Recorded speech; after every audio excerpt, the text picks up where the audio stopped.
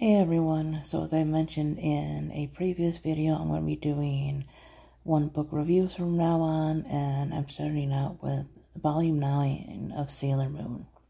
So this one deals with the Dead Moon Circus and the Sailor Scouts kind of going through, what makes them insecure and trying to break through that. It's like a curse from the Dead Moon Circus, getting into their dreams and, making them think the worst of themselves and their situations, especially with like their personal life. So I thought that was an interesting thing. We got a little look into like the personal lives of each, of like the main characters. Not as much as I would have liked to go in depth. But it was there. There is, Amy and her father leaving and, some other stuff. There's Chibi Moon feeling, I guess you would say, inadequate and comparing herself to Sailor Moon and not realizing that, she has to grow as a guardian. Obviously I'm not going to tell you like the whole book, but basically that's what it's about. I loved Sailor Moon, when I was like a teenager and stuff and, a kid. It was like my favorite thing. It like became my favorite thing as in like TV shows when I discovered it, right? But now that I'm reading through it, like the anime is like ridiculous, right? And I mean it's supposed to be. It's supposed to be just like ridiculous fun, magical girls, powers, fun. But the books, like I'm enjoying the manga and everything. And I like them, at different levels. I like them for different reasons, the anime versus, the manga. There, are things that I haven't seen all of Crystal, but even watching that, I know there were things that were in the mangas that didn't even make it to Crystal. Okay? I know some things were changed in that too. They might have been a little bit more accurate, but still some differences.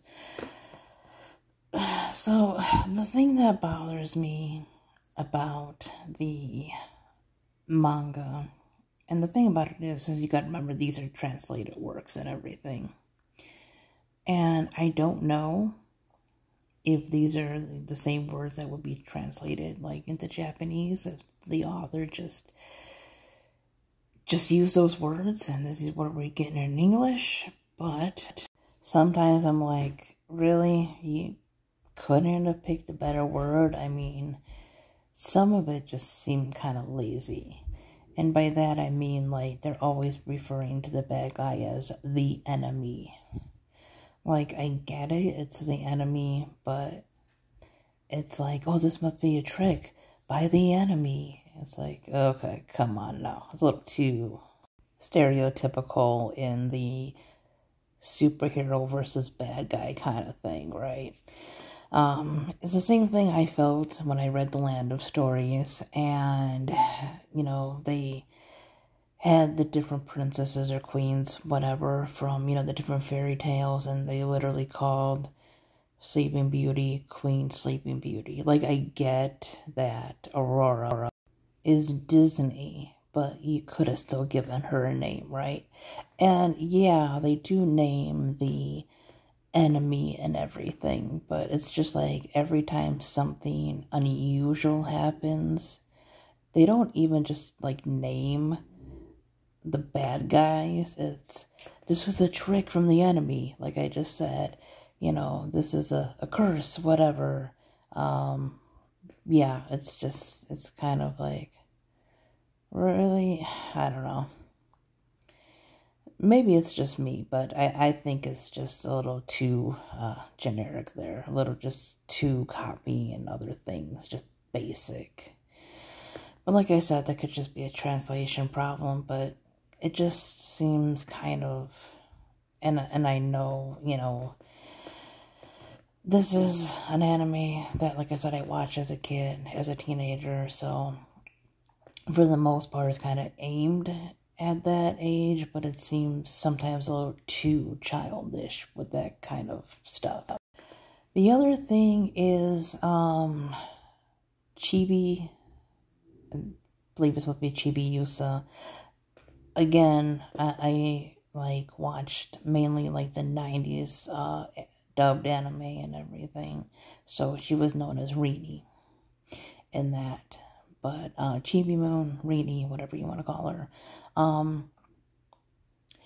her crush on what's supposed to be her dad is creepy. It's fucking creepy. I don't know why the author included that kind of thing. I'm not sure why that stuff got put into these books, how it got past editing and everything. Like, I know that there are much worse things in books, but it's just icky. And the thing about it is it's not just one book. Like, just, this has come up a couple times, right? And the thing about it is Rini's like from the future and everything. And it's not even just like, oh, she saw this guy and didn't know it was like her dad from the past. It's like, no, because at this point in this volume, they know who Rini is and that she becomes their daughter and everything. And Rini still has like this attachment to, I've forgotten how to say his name in like the Japanese versions. I'm just gonna call him Damien or Darian. That was his name, was Darian in the show. And it's just so fucking creepy because it's more like a jealous girlfriend than like a daughter. But besides that, the, you know, volume was fun. It moved at a good pace. It's an okay read.